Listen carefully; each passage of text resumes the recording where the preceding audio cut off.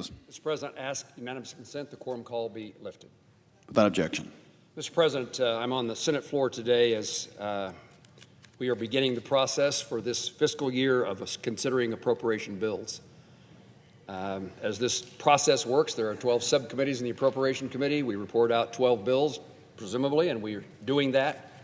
And the first 4 are potentially being considered this week for consideration by the full Senate.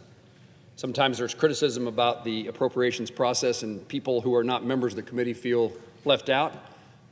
I'm pleased that we're on the Senate floor today where every member, all 100 senators, have the opportunity to add their thoughts by offering amendments, certainly making comments, offering amendments, that taking votes, and we ought to make certain that every senator has the sense that they are engaged in the process of determining how taxpayer dollars are spent. Mr. President, I commend the Majority Leader, Senator Thune, for his commitment and his keeping of a commitment that appropriation bills would be considered on the Senate floor in his tenure as the Majority Leader. And we're off to a start today, and I'm pleased that that is happening. The subcommittee report, the appropriation bills that I want to speak just a moment about before we commence a vote at 11, is the Commerce, Justice, Science Appropriation Bill. It's one of the bills that fund a number of segments of the federal government. As the name of the subcommittee suggests, it funds the Department of Commerce, the Department of Justice, and it has the word science in its title, Commerce, Justice, Science.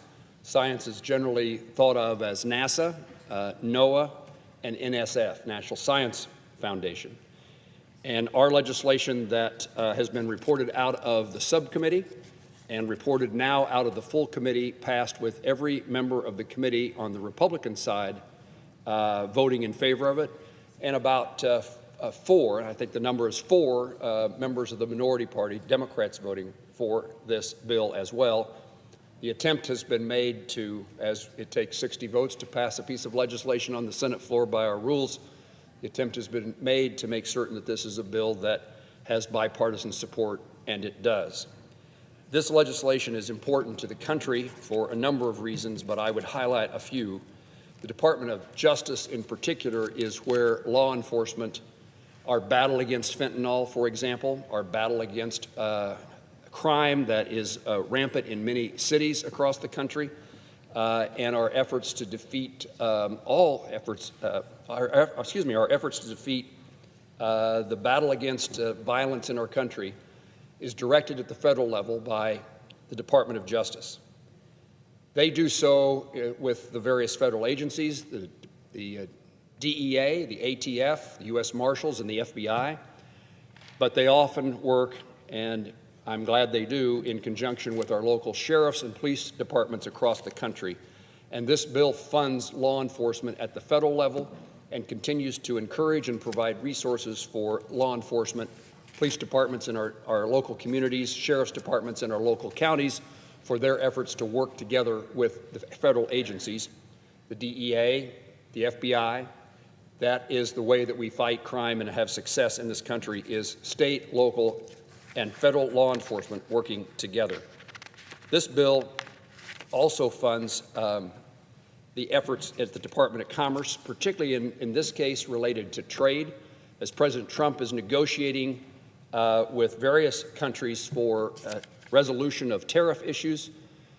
The Department of Commerce, and we know that Secretary Lutnick has been engaged in those negotiations, but the Department of Commerce houses the agencies that are responsible for trade policy and trade legislation in this country, including the actual trade ambassador who negotiates trade agreements on an ongoing basis. So this bill funds the Department of Commerce in a number of ways, but I highlight for my colleagues the importance of trade. Learning just this morning, yesterday, that the United States, President Trump and Japan have come together in agreement in regard to tariffs. It also invests in science. This helps us meet our mission to get to the moon, the Artemis program.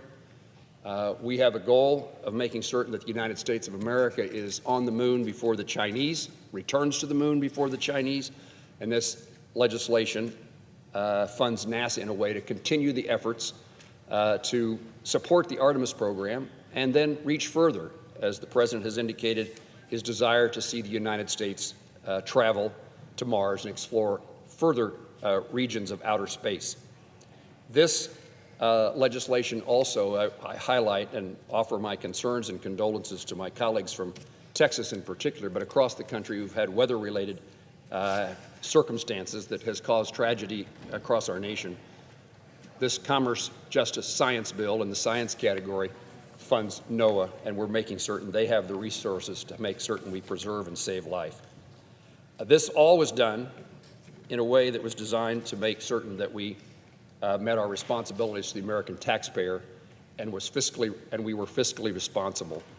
Overall, the budget authority, the ability to obligate funds from the general fund to the Treasury, what most Americans would consider federal spending, because of offsetting credits and fee collections and rescissions, which would have, if they were not there, we removed those. If they were there, we would have been able to spend at higher levels, but because we rescinded those opportunities, the decline let me say it differently. Accordingly, as a result of those things being the case, the real increase in spending power at the Commerce, Justice, Science-funded agencies is only $270 million increase, or a 0.037% above the FY25 levels. Almost all of the increase went to the census. The Commerce, Justice, Science is responsible. The Department of Commerce is responsible for the decennial census, and we begin our process gearing up for the next census to take place, and so we had to appropriate money for the census. And in addition to that, we found savings, reduced spending, by reducing bureaucratic and workforce funding at both the Department of Commerce and the Department of Justice. My point is that within the allocation that we were provided by the full committee, by the chairman and vice chairman of the committee, Commerce, Justice, Science is within its funding levels, of course, that they allowed us.